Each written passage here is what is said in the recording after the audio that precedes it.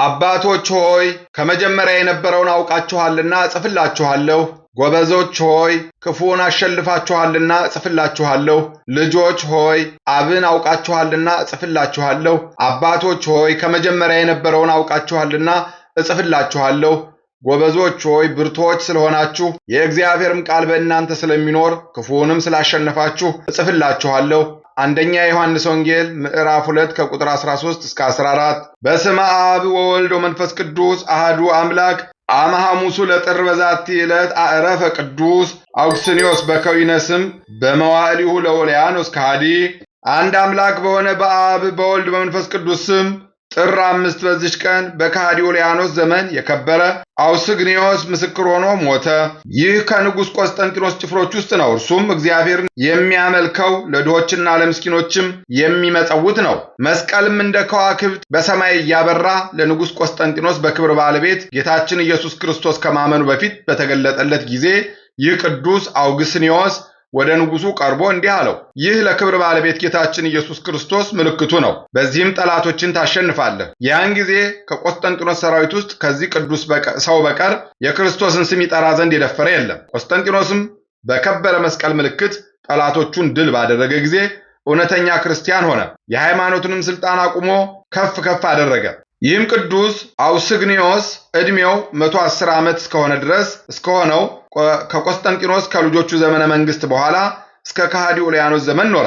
በአንዲት ዕለትም በአንጾኪያ ከተማ በአደባባይ ውስጥ ወዲያ ወዲህ ሲመላለስ ሁለት ሰዎች እርስ በርሳቸው ሲጣሉ አግኝቷቸው ሊያስታርቃቸውና በመካከላቸው ሰላም ሊያደርግ ወዶ አስታረቃቸው። በመታረቃቸው ደስታ አደረጉ፣ እርሱ የከበረ አረጋዊ ሰው ነውና። ከዚያም አንድ ክፉ ሰው ወደ ንጉሥ ኦልያኖስ ሂዶ ነገር ሰራበት። እንዲህም አለው፣ አውስግኒዮስ በራሱ ፈቃድ ገዥና ፈራጅ ዳኛ ሆነ። ንጉሥም ይህን ቅዱስ ወደ እርሱ አቅርቦ ገሰጸውና ገዥና ፈራጅ ዳኛ አድርጎ የሾመህ ማን ነው አለው። የከበረ አውስግኒዮስም መልሶ ነፍስህ በእጁ የተያዘች የእግዚአብሔርን አምልኮት ትተህ አንተ ለረከሱ ጣዖታት ለምን ሰገድክ? ከአንተ በፊት የነበሩ ነገሥታትን ለምን አልተከተልካቸውም? እኔም እንዳንተ ወታደር ሆኜ ከቆስጠንጢኖስ ጋር 20 ዓመት ኖርኩ፣ ከልጆቹ ጋር ነበርኩ። ከእነርሱም ውስጥ እንዳንተ ያለ ጠባይ ክፉ የለም አለው። ኦልያኖስም እንዳንተ ያለ ጠባይ ክፉ የለም አለው። ኦልያኖስም በቅዱስ አውስግኒዮስ ላይ እጅግ ተቆጣ። ይሰቅሉት ዘንድ በጎኖቹም ውስጥ መብራቶችን አስገብተው እንዲለበልቡ ታዘዘ። እርሱም ስለ ክብር ባለቤት ጌታችን ኢየሱስ ክርስቶስ ስም ይህን ሁሉ ታገሰ።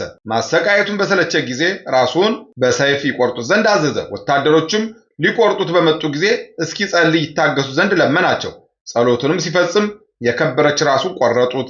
የምስክርነት አክሊልንም በመንግሥተ ሰማያት ተቀበለ። ለእግዚአብሔር ምስጋና ይሁን፣ እኛንም በጸሎቱ ይማረን፣ በረከቱም ከእኛ ጋር ትኑር ለዘላለሙ አሜን። በዚህች ዕለት የእስክንድርያ ሀገር ሊቀ ጳጳሳት የከበረ አባት አባ ማቴዎስ አረፈ። እርሱም ለአባቶች ሊቃነ ጳጳሳት 87ኛው ነው። የዚህ አባ ማቴዎስ ወላጆቹ ከእስራኤል ነገድ የሆኑ ክርስቶስን የሚያምኑ በበጎ ሥራዎቹም ፍጹማን የሆኑ ናቸው። የአባቱ ስም ስምዖን የእናቱም ስም በርባራ ይባላሉ። እግዚአብሔርም ሁለት ዘርን ሰጣቸው። የታላቁ ስም ያዕቆብ፣ የታናሹ ማቴዎስ ነው። እነሆ ማቴዎስም በእናቱ ሆድ ሳለ የአቡፌስ አገር ኤጲስቆጶስ አባ ጴጥሮስ እናቱን አገኛት። ባያትም ጊዜ ከበቅሎ ላይ ወርዶ ሆዷን ሳመ። አንቺ ሴት የተባረክሽ ነሽ፣ የማኅፀንሽም ፍሬ የተባረከ ነው። እነሆ እንደ ወንጌላዊው ማርቆስ በትምህርቱ ለሰው ሁሉ የሚያበራ ብሩህ ኮከብ ከአንቺ ይወጣልና አላት። አባ ማቴዎስም ከተወለደ 15 ዓመት ሲሆነው ወላጆቹ አረፉ። ከዚህ በኋላ በቅዱስ አቡፋና ገዳም ወዳለ ቆሞስ ወደ አባ አብርሃም ሄደ። የምንኩስና ልብስም እንዲያለብሰው ለመነው። እርሱም በታላቅ ወንድምህ ተስማማ፣ ከታላቅ ወንድምህ ተስማማ አለው። አባ ማቴዎስም ሰምቶ በልቡ እየተከዘ ተመለሰ። በጎዳናም የከበረ መልአክ ሚካኤል በመነኮስ አምሳል ተገናኘው። እርሱም ሊቀ ጳጳሳት እንደሚሆን በእጆቹ ድንቅ ተአምራቶች እንደሚደረጉ ነገረው። ወደ ወንድሙ ወደ ያዕቆብ ደርሶ እንዲመነኩስ ያሰናብተው ዘንድ ለመነው። ባለውም ጊዜ አባበለውም። እምቢ ባለውም ጊዜ የአባ አሞኒ ወደሆነ ወደ ቶና ገዳም ሂዶ በቤተ ክርስቲያኑ ተማጸነ። መነኮሳቱም ወንድሙን በለመኑት ጊዜ የወደደውን ያድርግ ዘንድ ተወው። በዚያንም ጊዜ ወደ ቅዱስ አቡፋና ገዳም ሂዶ አባ አብርሃም አመነኮሰው። ከመነኮሳት ሁሉ እስካየለ ድረስ በጾምና በጸሎት ተጋደለ። 1 ዓመትም ከሆነው በኋላ ኤጲስቆጶሱ አባ ጴጥሮስ ወደ አባ አብርሃም መጣ። የአባ ማቴዎስን ትዕግስቱንና ብልህነቱን አይቶ ለእርሱ ረዳት የሆነው ዘንድ እንዲሰጠው አባ አብርሃምን ለመነው።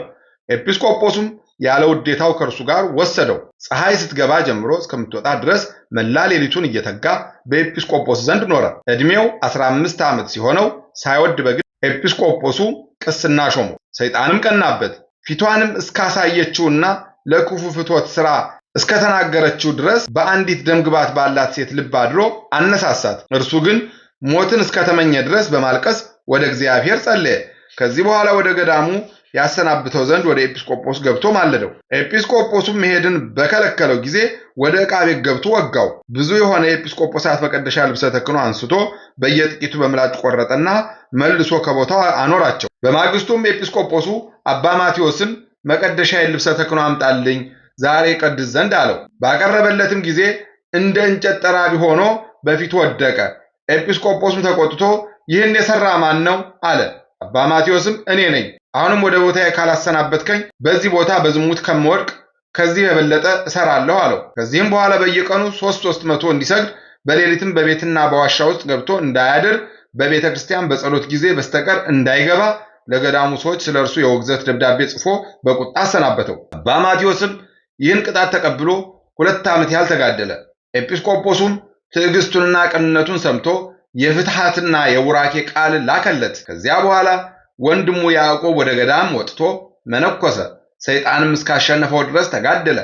አባ ማቴዎስም ወደ አባ አንጦንዮስ ገዳም ሄዶ በዚያ እየተጋደለ ብዙ ዘመን ኖረ። ከዚያም ስሙ ያዕቆብ የሚባል ጻድቅ መነኮስ ነበረ። ብርሃናዊ መልአክ ወደ አባ ማቴዎስ መጥቶ እጅ ሲነሳው በራሱ ላይ ወንጌልን ሲያኖር በእጁም መክፈቻን ሲሰጠው ራእይን አየ። አባ ያዕቆብም በነቃ ጊዜ ይህ ራእይ ለአባ ማቴዎስ ነገረው። በዚያን ጊዜ ጀምሮ ከንቱ ውዳሴን በመጥራት ከሀገር ወደ ሀገር የሚዘዋወር ሆነ። በአንዲት ዕለትም በቁርባን ቅዳሴ ላይ ሲያገለግል ጌታችን ኢየሱስ ክርስቶስን በመሠዊያ ላይ ተቀምጦ አየው። በታናሽ ሕፃን አምሳልም በጻሕል ውስጥ ተኝቶ ነበረ። ህብስቱንም የሚፈትትበት ጊዜ እጆቹን ዘርግቶ ከታላቅ ልቅሶ ጋር ፈጽሞ እያደነቀ በመፍራትም ለረጅም ጊዜ ይቆማል። ይህንንም ራእይ ለማን አይናገርም። መምህሩም ለረጅም ሰዓት ሲቆም ባየ ጊዜ ያደንቅ ነበረ። ይህንንም ይገልጽለት ዘንድ ወደ እግዚአብሔር ጸለየ። በአንዲት ዕለት አባ ማቴዎስ እንደ ልማዱ ሊቀድስ ገባ። ጌታችን ኢየሱስ ክርስቶስም በሕፃን አምሳል በጻሕሉ ውስጥ ተኝቶ ህብስትን መስሎ በአባ ማቴዎስ እጅ ሲቆረስ ለመምህሩ ለአበምኔቱ ታየው።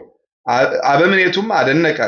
ለእኛ ለሰው ልጆች ይህን ታላቅ ጸጋ የሰጠህን አቤቱ ለአንተ ምስጋና ይገባል አለ። አባ ማቴዎስም ይህን ባየ ጊዜ የብረት ችንካር አመጣ። ተልቶ ከእርሱ ትል እስኪወጣ ድረስ በጉልበት ውስጥ በአርብ ቀን ቀረቀረው። ከዚያም በኋላ ወደ ደብረ ቁስቋም ሂዶ አብዝቶ እየተጋደለ በዚያ ኖረ። ወደ ላይ ቀና ብሎ ሲመለከት ጌታችን የክብር ባለቤት ኢየሱስ ክርስቶስ በአባቱ ቀኝ ተቀምጦ የሚያይ ሆነ። ወደ ታችም ሲመለከት በውቅያኖስ ጥልቅ ውስጥ በጌትነቱ ክብር የሚያይ ሆነ። ከዚህ በኋላ ሊቀ ጳጳሳት አባ ገብርኤልም ባረፈ ጊዜ ያለ ውዴታው ይህንን አባት ሾሙት። እምቢ ባላቸው ጊዜ ጠባቂዎችም በላዩ አደረጉ። በማግስቱም ሊቀ ጵጵስና እንደሚገባው ያዩትን ራእይ ኤጲስቆጶሳት ሁሉ ነገሩት።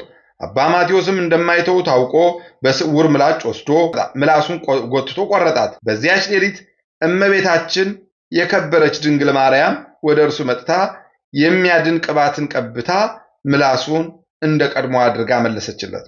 ወደ እስክንድርያም ወሰዱት። በነሐሴ 16 አምላክን በወለደች በእመቤታችን በቅድስት ድንግል ማርያም በበዓሏ ቀን ሊቀ ጵጵስና በሾሙት ጊዜ 3 ጊዜ ይገባዋል የሚል ቃል ከሰማይ ተሰማ።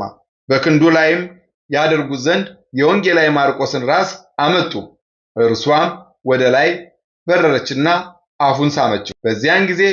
ከዚያን ጊዜ ወዲህ በቁርባን ጊዜ በወንበር ላይ አልተቀመጠም።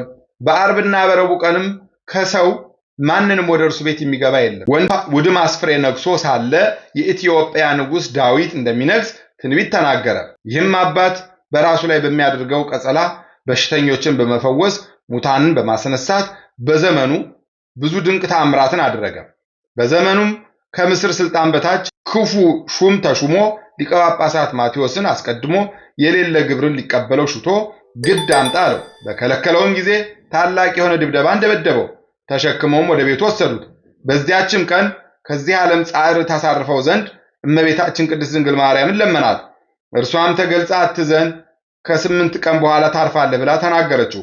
በማግስቱም አባ ማቴዎስ ኤጲስቆጶሳቱን፣ ቀሳውስቱን፣ ዲያቆናቱን፣ ሕዝቡን ሁሉ አስጠራቸውና የዕረፍቱን ቀን ነገራቸው። የሃይማኖትን ነገር መከራቸው፣ ባረካቸው። ከዚህ በኋላ ጊዜው ደርሶ ሕማሙ በጸናበት ጊዜ የእመቤታችን የቅድስት ድንግል ማርያምን ስዕል አንስቶ ይዞ ለረጅም ጊዜ ጸለየ። ስዕሊቱን ተሳልሞ ሳማት፣ ፊቱንም በመስቀል ምልክት አማተበ።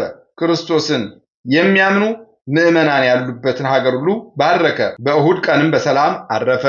ለእግዚአብሔር ምስጋና ይሁን።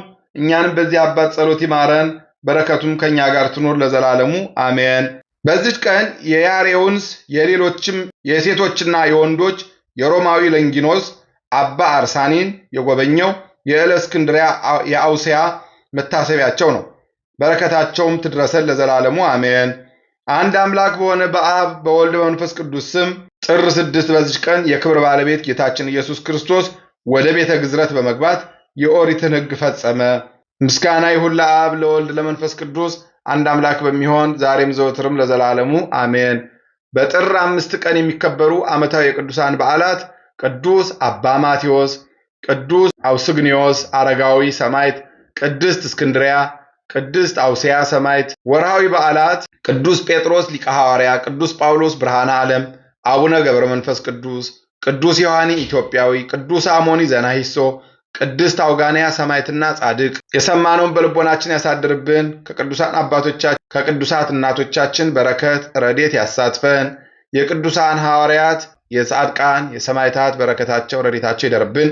በጸሎታቸው አስቡን አትርሱን ያሉትን በያሉበት ያስብልን። ነፍሳተ ሙታንን ይማርልን፣ ሕያዋንን ይጠብቅልን። ሕፃናቱን አሳድጎ ለቁም ነገር ያብቃልን። ይቅርታውን ቸርነቱን አያርቅብን። አቡነ ዘበሰማያት ይትቀደስ ስምከ ትምጻእ መንግሥትከ ወይኩን ፈቃድከ በከመ በሰማይ ከማሁ በምድር። ኢየሱስ ክርስቶስ ከመ ይስረይ ለነ ኃጣውኢነ ተማኅፀነ ብከ ለእግዚአብሔር አብይ። ኦ እግዚእ ኢየሱስ ክርስቶስ ስረይ ኃጢአቴ ወኃጢአተ ኩሉ ሕዝብከ እማእሰር ኃጢአት እግዚአብሔር ይፍታ። እግዚአብሔር ይባርክ። ሰላም ያሳደረ ሰላም ያውለን፣ ሰላም ያዋለ ሰላም ያሳድረን። ይቆየን።